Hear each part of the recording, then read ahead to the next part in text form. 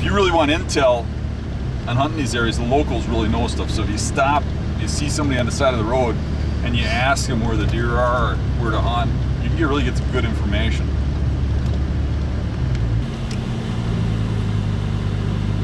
Hey, you cows see any deer around here? Any good bucks?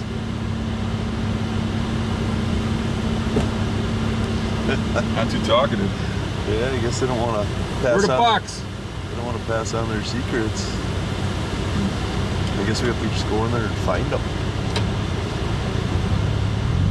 Quiet. Second day of Nebraska hunt. Got up at 3 o'clock this morning. Took me about 2 hours to get here. Nice valley here. I mean, there's 2 or 3 draws coming down into this valley. It's a big valley.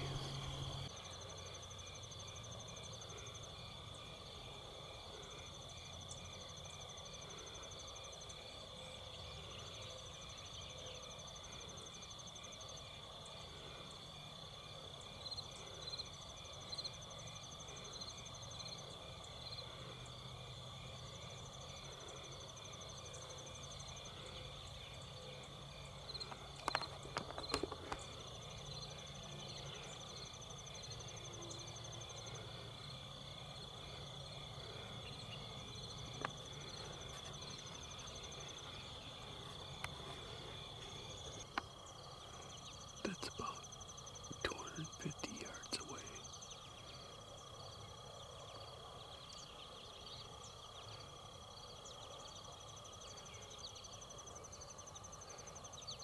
That's gonna be a wrap for this morning. I didn't see any more deer. I haven't had more than 4 hours of sleep for the last 3 nights. It's supposed to get up to over 100 today. So I'm gonna pack up and get out of here before it gets too hot. I don't want to be caught out here.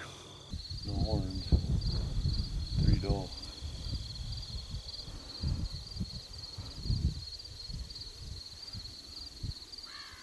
There's a 3 doe. It looked like they couldn't tell if they maybe spotted us or they could have just crested over that hill. It just seemed like they had a little bit of a hop to them. Didn't look like they were running. May have skylined us a little bit. We're pretty far back. You just barely see them. Yeah. There's no way that we spooked them hard, even if they did see us. They're just does anyways. But they're probably coming out of this green stuff here. Right. They might just be in a hurry to get back to bed. The sun's come up. Yeah, this is gonna be attracting a lot of deer here.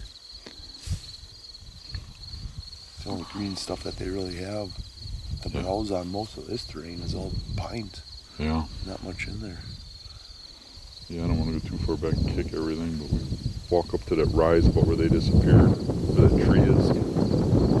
Just get a glass of the area or something. That first draw that we looked at, that's Yeah. a smaller draw. There's one a little further to the south that's quite a bit longer of a draw. We can either take this deer trail, I think, right here. Otherwise, I noticed another little finger over here, and there's a draw down here. It didn't look too steep to get down. We could follow that draw, but if that's full of deadfall, that could be pretty tough too. Looking down here, this is a sheer drop. We'd have to side hill this and hopefully we don't hit no more of that sheer drop. Yeah. Maybe we just get in to right there or something. Maybe it'll change your whole vantage point. Yeah, all we have to do is get really down into the trees and we'll start seeing what's going to happen. Yeah. So we're at another property. We've been bouncing from property to property, really scouting. It is, what is it supposed to be today, 103? Yep. It's really hot, but today's probably the hottest one. So it's kind of hard getting back into this stuff in the middle of the day like this, but I feel like we need to. So we're looking at some stuff on the back side of this property where some draws come in where it'd be very difficult for people to get to. Did notice at the parking lot that there was a lot of trash and a lot of human tracks. So even day one, there was a lot of people back here, but we're going pretty far back. So getting through these draws and stuff, I think it's going to be a deterrent. Talking to some locals and some wardens and stuff, it sounds like there's an easy access on the other side, but it would literally be a very, very long walk to where we want to go. So we want to cut the distance, and I don't think anybody else is going to take that walk, especially now. Yeah, not in 100 degrees. Yeah. I mean, you can see that this deer for certain.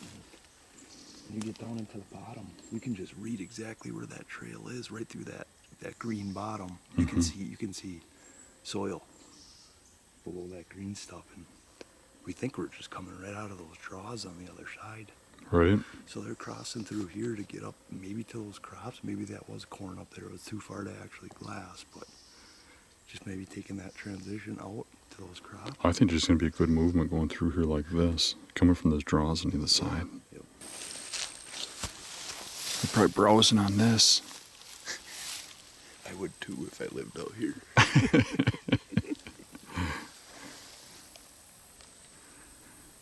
They got a lot of green stuff down here. Here's some stinging nettle. This is the kind of stuff they like. I would imagine there's going to be a pocket of some of this that they're going to be hitting a little heavier for whatever reason, maybe at the bottom of those draws. I think if we can get to the point where they first come out of the draws where they're bedded, the bigger bucks, they're going to stop and they're going to eat right there. They're going to stage right there, and that's where you kill them. And I think that's going to be, the most of the sign that we're going to pick up on buck-wise on this. I just think we just need to bust through to across the river and get close to those spots. Yeah. Your average guy's going to come in here, and he might be heading for those spots.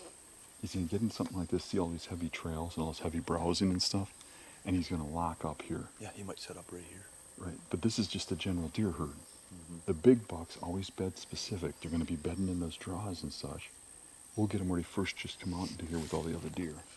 Well, we got a little scrape here underneath this branch, and we got some good rubbing on this. Almost looks like he was just taking his feet and pawing while he was rubbing that. Mm-hmm. That tree's been hit for years and years, and this is right at the base of that draw. That draw's right there. So if they're coming into here, this is where they're coming in. Yeah. Imagine that when these acorns are dropping like crazy. I was just gonna say that. So what I would like to do is analyze what I can sit in at this point before I walk around. Maybe get up in that center oak tree, that one that's kind of straight up and down. Could. We'd only have windows around you to shoot, but you got plenty of them. Yeah, so at the bottom of this draw, all this timber kind of comes to a little point right at the base of the draw. And then on either side of that draw, there's open grass. And Dan made the point that those deer could come down that draw and work their way out along the transitions of the grass openings in the timber. Being at this oak, I wouldn't have a shot at them. So looking at the map, where that timber comes to kind of a point at the bottom of the draw, is probably best case scenario to set up, number one, to get a shot, but number two, get an observation in case those deer do split out the back door at the bottom of that draw. Yeah. Either way. So. It's just a matter of if we can get a tree up there set up.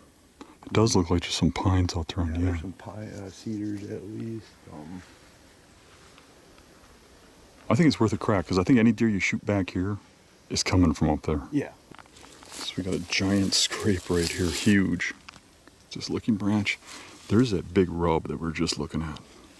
This historical rub that's getting rubbed every year over here, this big rub, and this giant hood size scrape that we have here is because this is directly downwind when there's a thermal coming out of that draw. So any deer coming in here checking for does or whatever that might be bedded in there, because the bucks and the does are bedded in there, I'm sure. He's going to be marking this. And any buck competing with another buck in there is going to be marking this. So that's why we got this giant scrape and giant historical rub that gets rubbed every year right there. I think this could somewhat correlate with the next draw over too. Yeah, a little bit. I think these deer, I'm sure, run the bottom of these draws and mark each one of them. The bottom of the other draw is probably marked too. I was looking. There's a couple little draws over here that got some really good leeward spots. And we didn't know because it's a little closer to the parking lot, but it is kind of out of the way and really thick up here. So I thought maybe there won't be anybody over here. Now we did find a tree stand down below me here, about 50 yards at the bottom from last year. Yeah, actually it's right over there. Yeah, a ladder stand. And it looks like it was put in last year. I think it's a gun hunting stand. The guy literally took a chainsaw and cut down big trees and stuff to make shooting lanes. And it was in just last year. You can tell all the cuts are fresh and stuff, and you can tell nobody has sat it this year.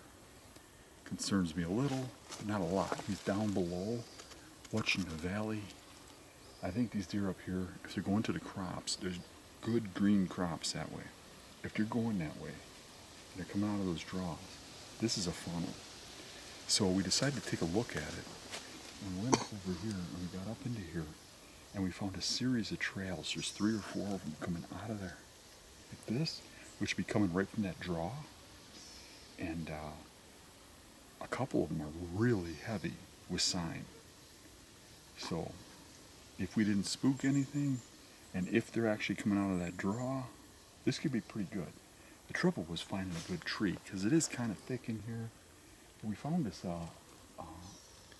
black walnut tree here. So I can get up here where there's that little natural hole in the branches. I can shoot the heaviest trail for sure, because that's not even 10 yards. And then there's another one up there at 15, and another one at like 20, 25, and another one at about 30. Come through here, and there'll be little holes to get through. You can shoot this whole thing. We're playing this the best way we can with this setup. There's virtually nothing else you can do here. I would like to find a screening setup coming out of like a patch where you know something's good in, or you saw something go into it. But it's just, this is just reality of traveling around, never been in an area, Right. hunting public land, you know. Yeah, you're going in blind in every situation. So what's interesting is that we have talked to some locals. A guy named John we ran into. He pointed us towards this property. A game warden talked about this property with us that stopped us this morning. Yep. That game warden he was awesome. Very I informational. mean, I've had His name was John too. yeah, John 1 and John 2. Yep. Yeah. So the game warden was really awesome because mostly when I run the game wardens, they could care less about you. You know, they're more just worried about figuring out if you're breaking laws. You know, where this guy, he checked our license as soon as he was done. He was like, "Yeah, I hunt this area quite a bit. What are you looking for? How are you looking to access?" We told him the kind of properties we're looking for. He told us. Then he went in his truck, got his own atlas, opened it up, circled good properties in it and stuff, and showed us where to go. And it was like, "Oh yeah, I see big bucks here." And this is all without even asking a lot of questions. He just came forward with information for us. That was pretty cool. Yep. But the point is, what was interesting is I really mapped out a lot. I mean, I spent a long time on a computer and looked at a lot of properties. And with the exception of a couple of them, every place one of these local guys points to is stuff that we already looked at. And it's points that we looked at. It's kind of like, like confirms it in one way, but in another way, it's starting to confirm to me that a lot of the stuff we're looking at is becoming obvious to other people.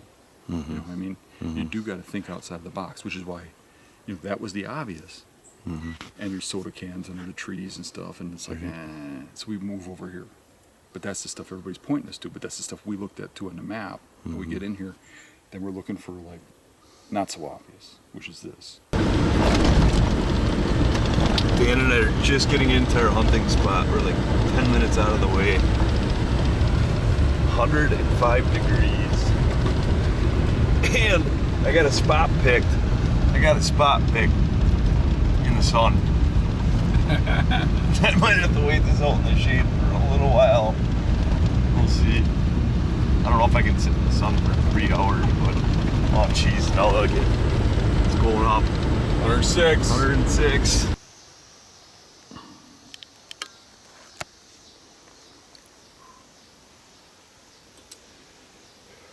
$106 when I left the truck.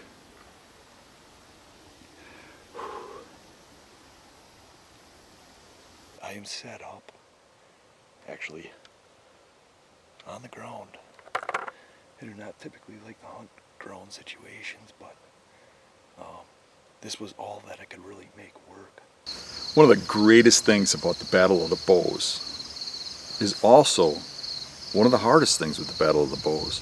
And that's that in a lot of the cases, you're getting thrown into an area where you've never hunted before. A terrain that's a little different than what you're used to. And then it's not necessarily rut. So this early season hunt in Nebraska, we were getting thrown into 100-degree weather, and today was really hot. It was 106 degrees when we left the truck to go hunting. You don't get a lot of deer movement in that kind of heat, especially in the evenings. And I feel that me and Eric were in solid spots. No deer came out in daylight, not a one. Going into a spot right now, do a little bit of scouting, making sure I have the bow in hand. One thing I'm noticing is I marked a bunch of these overlooked properties, and then there was a property that I marked that I thought was going to be hunted the most, but I had heard the most good things about. And that property that I was told was going to have an enormous amount of pressure has had absolutely none, from my understanding. Like, me and Rick are the only two people that have hunted it. So the deer aren't really being pushed anywhere far back or anywhere overlooked. They're just everywhere. At the same time, it's not a very population dense area, so they can bed anywhere. So using pressure to my advantage and getting to where the deer want to be avoiding people hasn't really been a thing. We got beds here in the creek, the main crossing, current past that tree right there, headed up into more bedding over here. So there's an ag field way out that way that this creek runs right past. And there's a fence that divides this. So they hop that fence, they're either going to this side of the creek or they're hopping that fence somewhere on the private where I can't get to. And they're going to this side. And there's ample trails and bedding on either side that would indicate either. Now I know this side has oaks because I could glass them and I could hear some dropping. I heard squirrels knocking them down. I know this side has oaks, but I don't know if they're dropping, and I don't know which side they're coming to. So what I want to do is have someone set up here and someone set up there. And that way we're covering them coming back to bedding from that field from either side of the creek. I've also done 90% of my scouting in this creek here from the bank. So I know that my scent's covered, and her scent will be covered on the way in as well. There's also a really good thermal pulling down in this creek. So there's a good chance that even if our wind's in the wrong direction, we're not going to get winded. When Jacob got done scouting, he headed back to camp. But first, he stopped and bought some cat food and fed a little friend that he made on the trip. A little stray cat he named Veronica that hung out with us all week. She is starving out here, and it is 100 degrees. Took her inside for a little bit, but Rick's allergic, so can't have her in that long, so.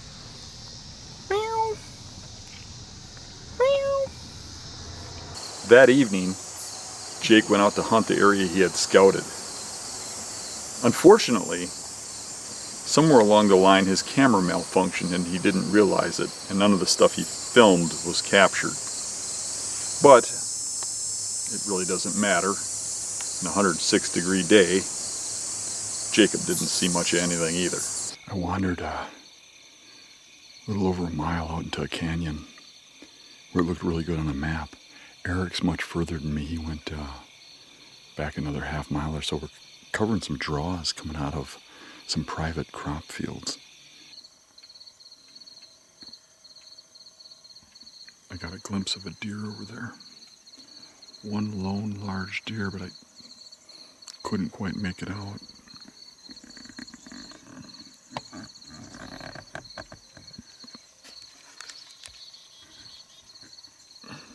Way over on them, that open grass over there. I ranged it at 500 yards. I couldn't make out antlers at that distance. Went off into there someplace. It's probably bedded in those trees up on that hillside right there. So we got this draw here that goes up into to a field up top up here on private. And there's different crops up there. And Eric is on a draw over there. And I took this draw. And it just looks like a map, like the deer flow through here. And I can see trails going through here. But you see a lot of them just going right through the open grass. Well, that's about it for this morning. One lousy deer going across that opening 500 yards away. Eric should be coming over the hill any minute. So I'm going to start packing her up. Hopefully we get on to something tonight. Yesterday evening I saw nothing. Feeling really good about this morning.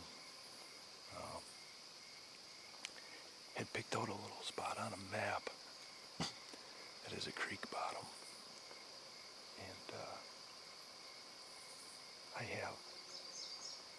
I'm sitting at a union of two different draws that drop in, coming off of the hills in front of me. And that's coming down off of some green fields where I kind of expect deer to be feeding during the nighttime. I have a draw over here, and then I have a draw straight ahead of me, out this way. And everything meets right in the middle right here. So I just heard a deer blowing probably 200 yards away would be my best guess. The thermals are acting kind of funny in here, but I really, really highly doubt that deer is scenting me. I can hear it up the draw on my right side. I haven't heard it for a little while now, but it was blowing for a good minute. And I looked up the hill here, and this white was sticking out of the grass, and I thought it was bone initially, and then sure enough is, but there's hide on it, and it's another dead buffalo. Look at the horns on that thing. Yep. Holy cow. The head's intact. Look at them horns. Wow.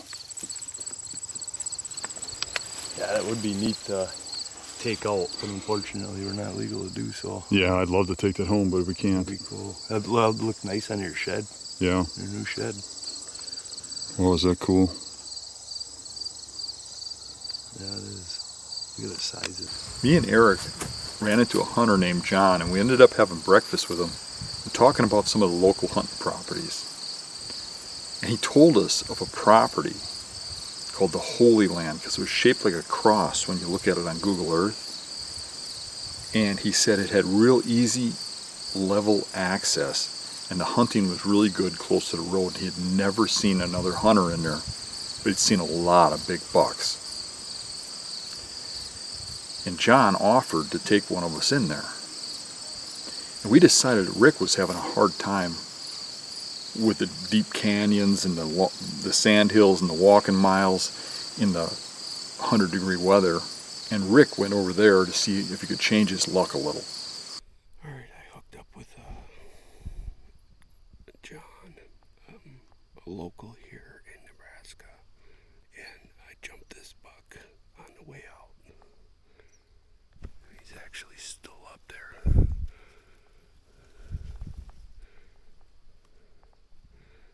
He's just meandering around up there. I didn't really spook him. These deer are not pressured, or he would have been gone. I'm going to try to work my way up there, or maybe just stay here. I'm walking in and I see a buck. Jumped him. It's right over here by the corn.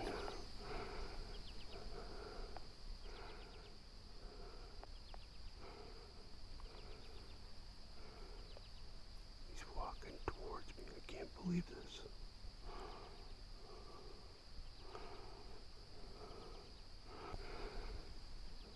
It's crazy.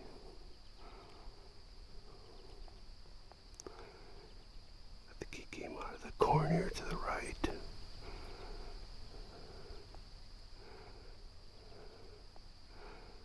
He's staring right at me. No, he's still walking towards me. These deer are not pressured, or he'd be gone.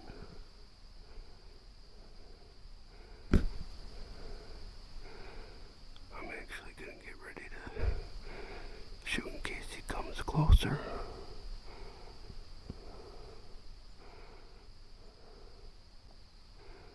He's probably 100 yards right now, and he's still walking towards me. He doesn't know what I am.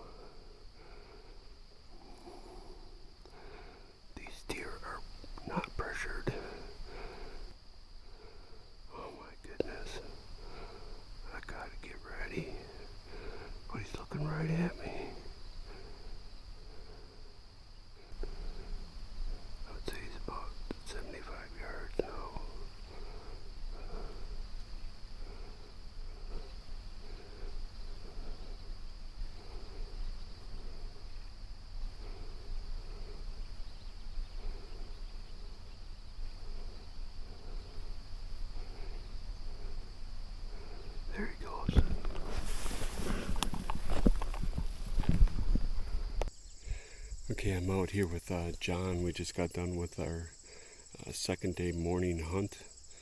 Actually, the third day morning hunt. Well, normally the deer come right along this corn into the swamp. Set up by this tree here. This morning they came out on that corner of the corn, walked right over to that lone tree over there. There was over 150 at least. Really? 2 130s and 2 does. They just stood here for 10 minutes. I have a camera on my thing. I couldn't get to. I was too far from them. I couldn't even see them. Sure. So as soon as they walked by, I snuck up to that tree, and way up there on that tree, coming down that hill, I'm like, I think I see a deer way up there. So I was glassing it, and I couldn't really tell. And about 10 minutes later, here he comes walking straight at me. There's a little spike in velvet. He got 8 yards. Jeez. Never even smelled me. He went that way where they went. And a little bit ago, 2 does came out of there, and a puff of wind just come out of nowhere, hit me in the back of the neck, and they blew. So obviously, I hit you in the wrong spot. Well, that's all right. I mean, I did. Did you see me jump that buck? Mm-mm. Yeah, right up there. About halfway up to the cedars, way back there, Yeah. is where that buck jumped up. I think it was an 8 130 class. Was he coming out of the corn, or? Yeah, I think he was coming out of the corn and going to the left, or then he was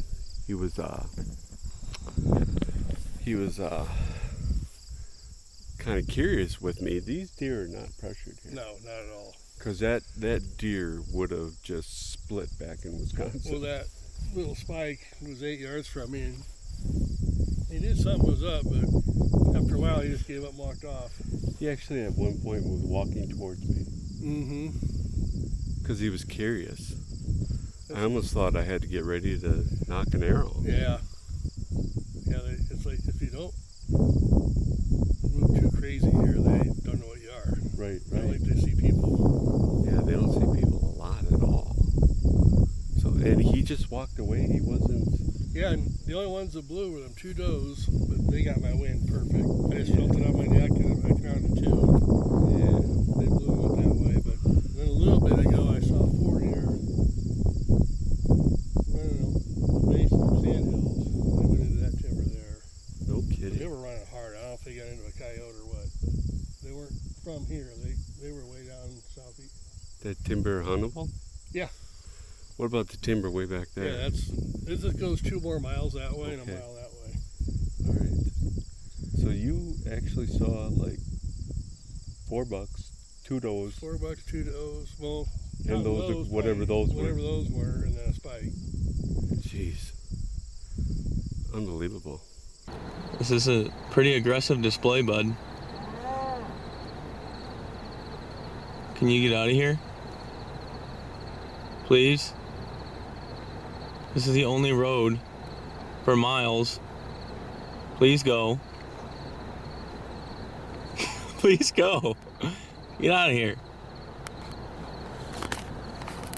Just started off the morning. Saw some big deer down here. I don't know if they're mule deer or whitetail. 2 of them. They're mixed in with these cows. It's really weird. They would never do that in Wisconsin. I'm gonna get my glassing stuff set up. Get the tripod going.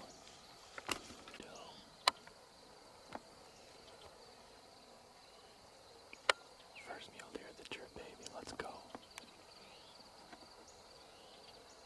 There's more where that came from.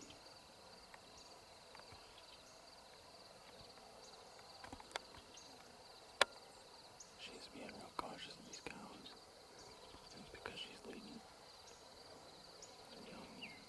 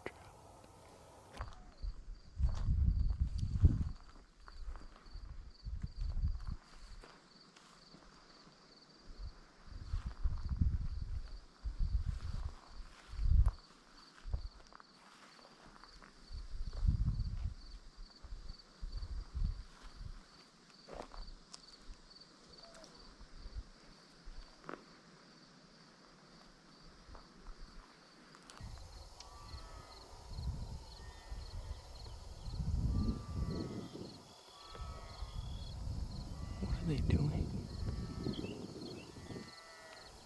So after the hunt with John this morning, me, Dan, and Eric decided to come in and triple team this property.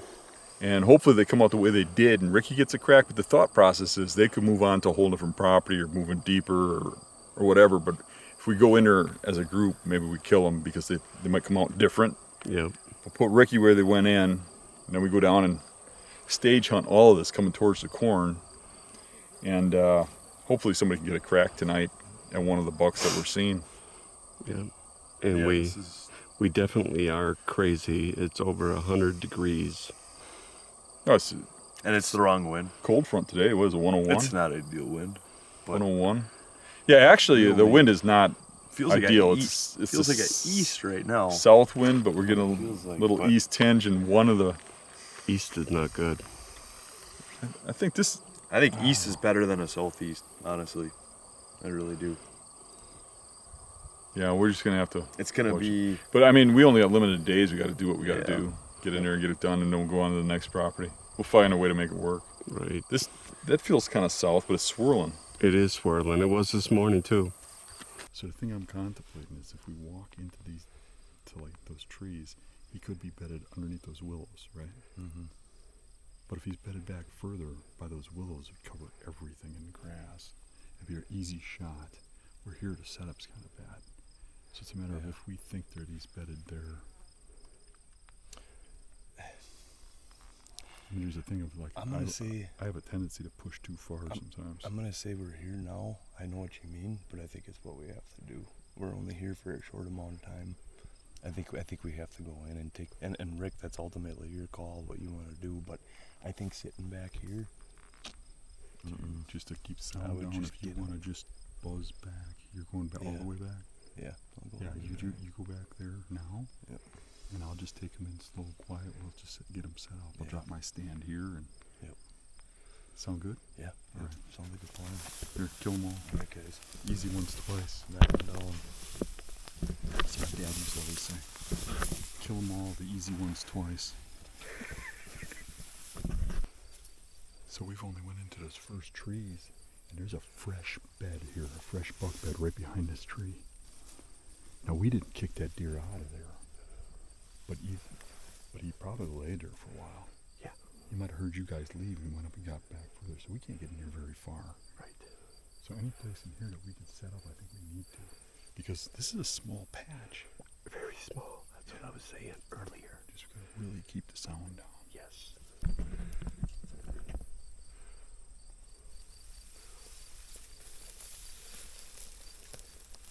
Another one right here.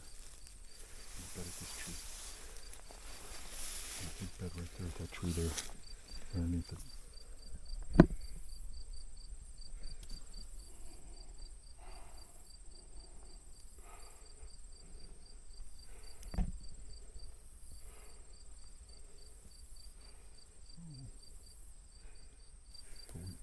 That ain't too bad, actually.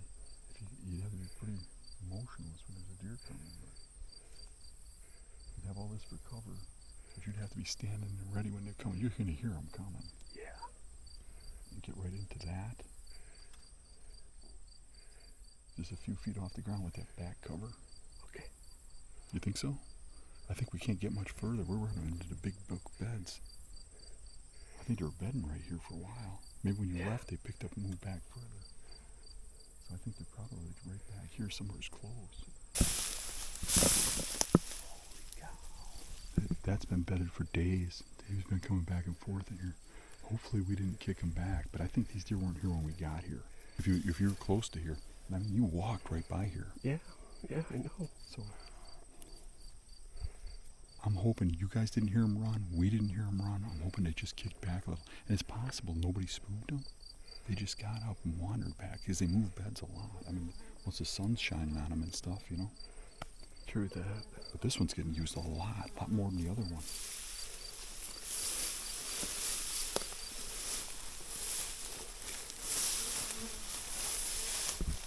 Keep thoughtfully your stand. That's crazy.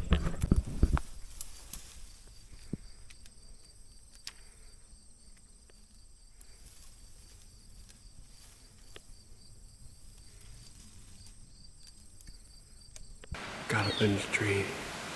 I'm only a couple sticks up, but this spot is really nice. Let me show it to you.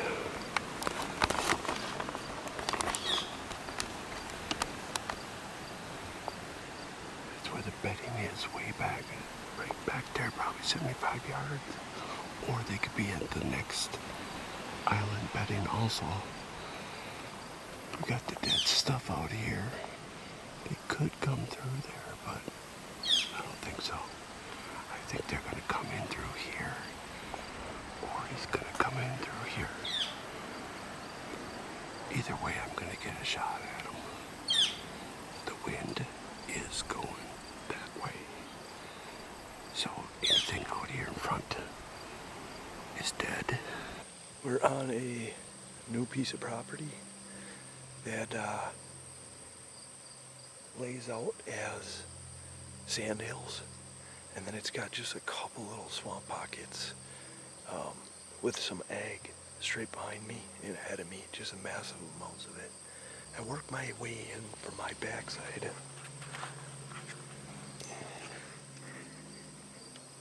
into this little willow island. And coming into this, I knew that most bedding would be straight ahead on this willow island in these cattails. The concentration of willows kind of sits along the edge of the open field, and in the cattails, right with the edge of the field there. That's where the concentration of willows are. So that's where I expected bedding to be. I got into this little willow island, and I did find a few decent beds in it, but I can't say for certain that it was any big buck bedding. I know that big bucks are here because on the way in, I was walking a sand path, and I was following big tracks coming all the way back into here and dumping into this grass. Ricky's back behind me about 300 yards across this little swamp. That little pothole back there where those bucks were this morning. Eric, I believe he's a long ways that way. He went way back. I went into this patch of cedars here and I followed it out. And I didn't think they'd be bedding into cedars, so I got to the tip of them. I didn't see a whole lot of sign. I looked over here, and down here it just looks real swampy back in here. And there's this island of willow back here. So I thought maybe I could get to this tip and cut them off going to the corn over there, which is what they supposedly came out of this morning to come back in here. Now, those deer might have came by Ricky and came over here. There might be other deer over here. I don't know, but this does look pretty good.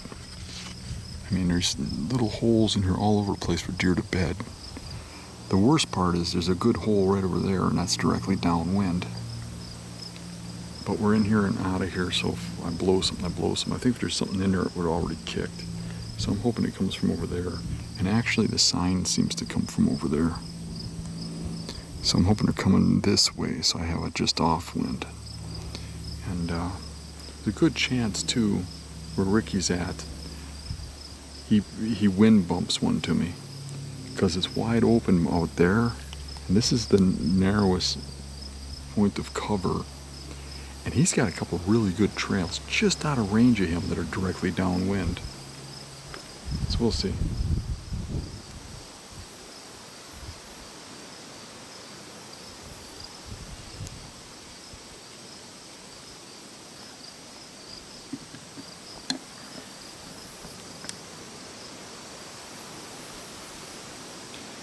The wind started shifting a little bit more to the east, and a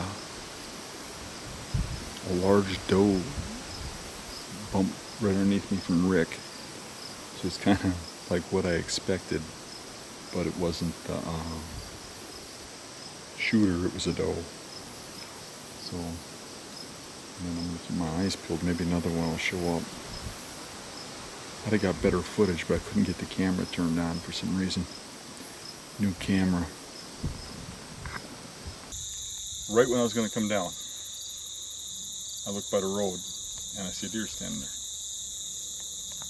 Like 50 yards this side of the cedars. So I'm like, that's pretty big. It looks like it could be a buck. So I put my binoculars up and it's wider than the ears. And I'm thinking, well, it's definitely a shooter. So I'm watching it through the binoculars, wondering if it's going to come at me because it was facing me. Like, almost like it came out of the corn. Yep. And it's facing me and I'm in the tree. And I'm looking at it with the binoculars and I see something out of the peripheral in the binoculars. And in comes walking this massive buck. White antlers. He's walking in. It was right at last light, too far to film. Yeah. I called him, told him to watch the trail in front of him because he was walking towards them. I don't know if they came from the swamp by you in between us, or if they came out of the corn, or they came out of the cedars, but that's definitely the bucks he's seen. John said the center section is a lot better. By the cedars. Oh, well, I'm saying those are the bucks he saw go into over here. Probably. They could have wandered over by the cedars. When we came out, Okay. I had my light on, and now I can't see if the bucks are there or not. And I see Eric coming from the other way, and as we walk up, there's a buck standing there. I figure it's one of them, and we walk right up to 5-6 yards, and it just stands there looking at us. Not him, little velvet buck. Yeah, probably the one I saw this morning. That's Right. what we're thinking. And so they're here, they're just moving funny. Yeah, But I think they were are in by you. pressured. I think they smelled you. This is what I think. I don't know this, but I think they walked over there, and they were acting a little funny. But they could have been acting funny because of our scent on the road. They weren't acting spooky, though. They didn't care. They were just looking around. Cool. Matter of fact, they even put their heads like this for a second. Yeah, I know. That one was walking right at me this morning. So interesting night. Yeah, Have you seen anything? Just that one doe that got wind of me. I started thinking right after I got set up, I started thinking, man, you look at this, we should have had Eric and we should have surrounded this area and then went back later, because if we surrounded the area, there's no way a deer could get out, but I do think they got in between us in the grass. But no way to get out without seeing. I could see the sandhills and stuff. They don't go that way. Right. So it had to either come by me or come in between us.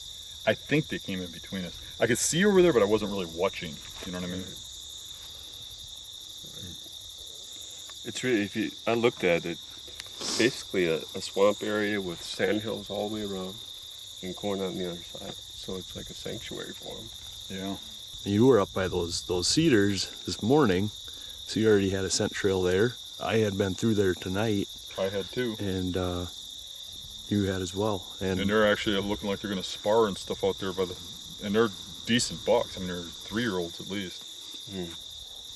So yeah, it's Yeah, he interesting. said there were giant and 2 shooters.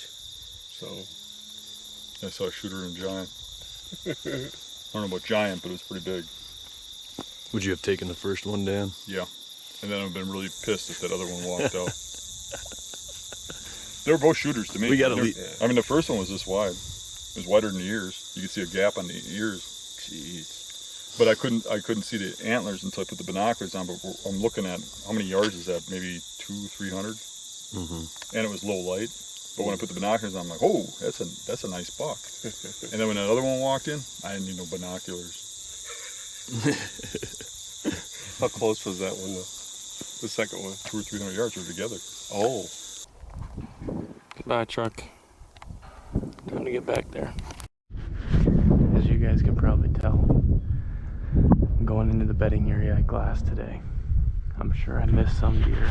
I didn't see any giants going there, but I know there are fresh tracks from yesterday heading down there that are pretty big. So I'm hoping that he's down there and he just didn't show himself in the open. This is the setup for the night. Nothing I can do about these tree stands being here, but you can see that a tree fell on them. Trees have been cleared at all, so I don't think they've been sat in. But I've got bedding on all sides of me. I think the primary bedding is out on these points. Out there.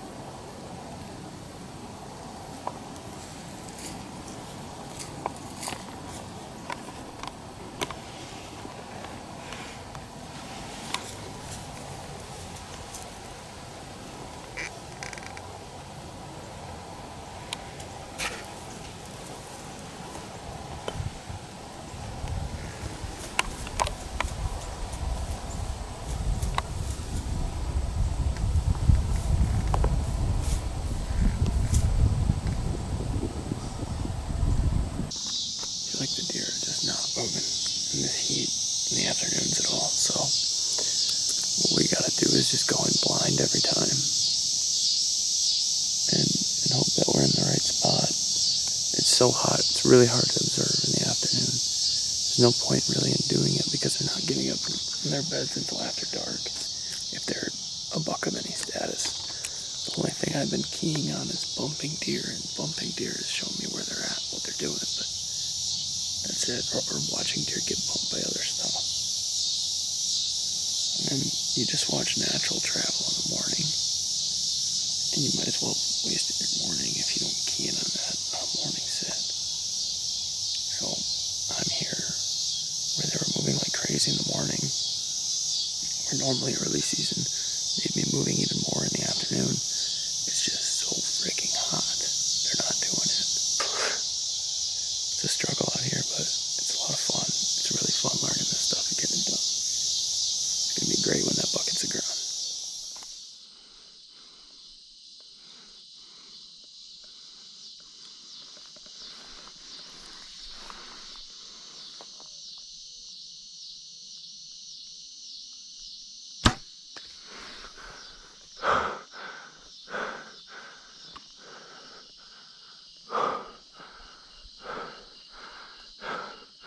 Did that just happen? Oh my God.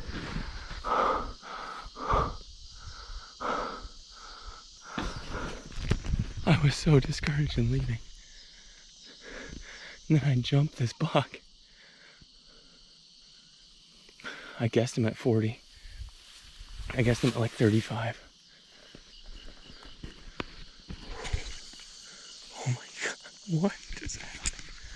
I just looked up, rounded this corner quietly. I look up and there's a buck standing right there. I turned on my GoPro and shot. Oh, I'm shaking so bad, guys. What? He's by no means a giant, but what? That is crazy. Oh my gosh, I'm shaking so bad. He's 32 yards. The shot sounded good. Let's hope I didn't hit him too high. Yes. I didn't hear him cross the creek either. It sounded like a good shot. Oh, I just hope I didn't misjudge that range too bad. I had him at like 35, 40 yards in my mind. That is crazy. I'm just gonna sit here and listen for a little bit. I'm in a really tough spot here because I shot it down there. I don't know if you guys can see, but it's a straight cliff down here. It's getting dark, and we spotted a cougar and several coyotes in this drainage today. So I don't want to leave this deer alone, and I can't get him out alone. So I'm struggling to get down this cliff face right now that this deer was bedded on. Oh, this is not ideal. This is treacherous. Oh my gosh. I gotta get a hold of someone. I just found the arrow. It was buried up to the fletching, and there's like nothing on it, which is not great. It just smells like fat though, so the fat might have cleaned it off. It passed through extremely far. I have no idea how good that shot was. That's the hard part about guessing the yardage.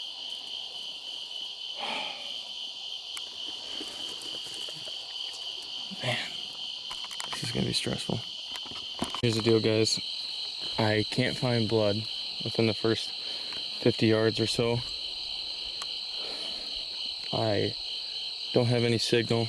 I'm gonna need to go to the top of the ridge to be able to call anyone for help.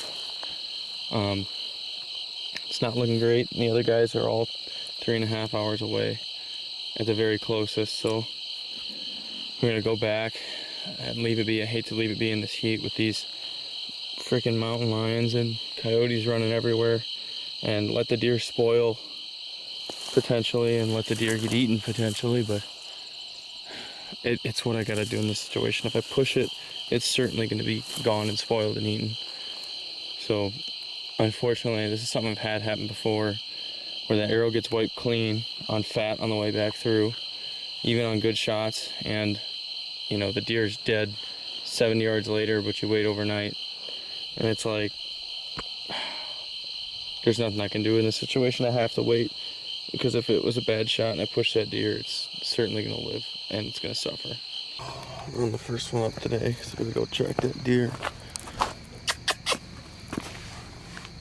Hey, Kitty. Cat is here to see me, of course, as usual. You think I'm gonna find that deer? You think I'm gonna find it? What do you think? You'd find that buck for me, wouldn't you? Yeah. Fortunately, I think a hawk could pick you right up. First thing I'm doing is getting up high above where I shot him, where I saw him run, and do a bit of glassing. I'm gonna, everything that can look like a deer down here that I can see, I'm gonna put a spotting scope on. Actually, speaking of glassing, there's a white-tailed doe. But I'm gonna get that spotting scope looking around. I shot him right down there, and he ran up and around here. I lost sight of him here, but I think he hooked back that way. I'm hoping he's right up in here somewhere. I think he is, but I'm hoping hard. You know, it's like times like this where I don't know if I killed this deer or not. And I struggle a little mentally with the thought of injuring an animal. You know, it's hard for me, but this is like the time that I'm most thankful to be out here. And it's a gift that I get to stress about things like this, like that I don't have, you know, severe physical issues, or I don't have family that's going through things that are terrible, and I've gotten over issues I've had with mental health, and I'm here in nature enjoying what I love. And the things I'm upset about are minute compared to what I could be worried about. And it's just like, it's just such a gift to be here that I'm constantly reminded in these moments of struggle that these are nothing compared to what I could be going through, and I'm so thankful for what I have. So, you know, whether I find this deer or not, this has been such an amazing experience, and I look forward to learning from it and getting better no matter what, and just being thankful for another day, getting to do what I love. So I've given everything a good 1 or 2 times over, real slow. I didn't see anything. Not super surprised about that. I think he's gonna die in cover anyways. But I'm gonna start back at that trail where I last saw him. I know there's no blood at the arrow site, and I walked over it a few times, so I'm gonna go where I last saw him around this corner, right here. And I'm gonna start looking for blood, looking for tracks and trails. I might have stomped over a bit of it, but I'm guessing he's down here. So that's where I'm gonna go to naturally. And if I'm not finding any blood, I'm just gonna start grid searching. You seen a deer anywhere, buddy? Seen any deer? You would tell me, right? Well, didn't find that buck. Very sad, but gotta move on, gotta adapt, gotta overcome. Property I was on is officially burnt out. I gridded every single inch that I could, every huntable inch of it. Pretty sure the issue was I misjudged the range, but I don't know. There's no doubt in my mind that that deer's alive, and no doubt in my mind that it's not mortally wounded. It won't be picked off by coyotes because of what I did to it. So I'm fine with that. I'm very unfortunate, or I'm very upset about the shot, but I have to move on, and you just got to keep moving as the wind blows here. As you can see, it's blowing quite a bit, but you just got to keep adapting and overcoming here. It's the only way you're gonna succeed on a trip like this. Looks like the boys are finally getting into some deer. Tune in next week for part 3, when it really starts to get exciting.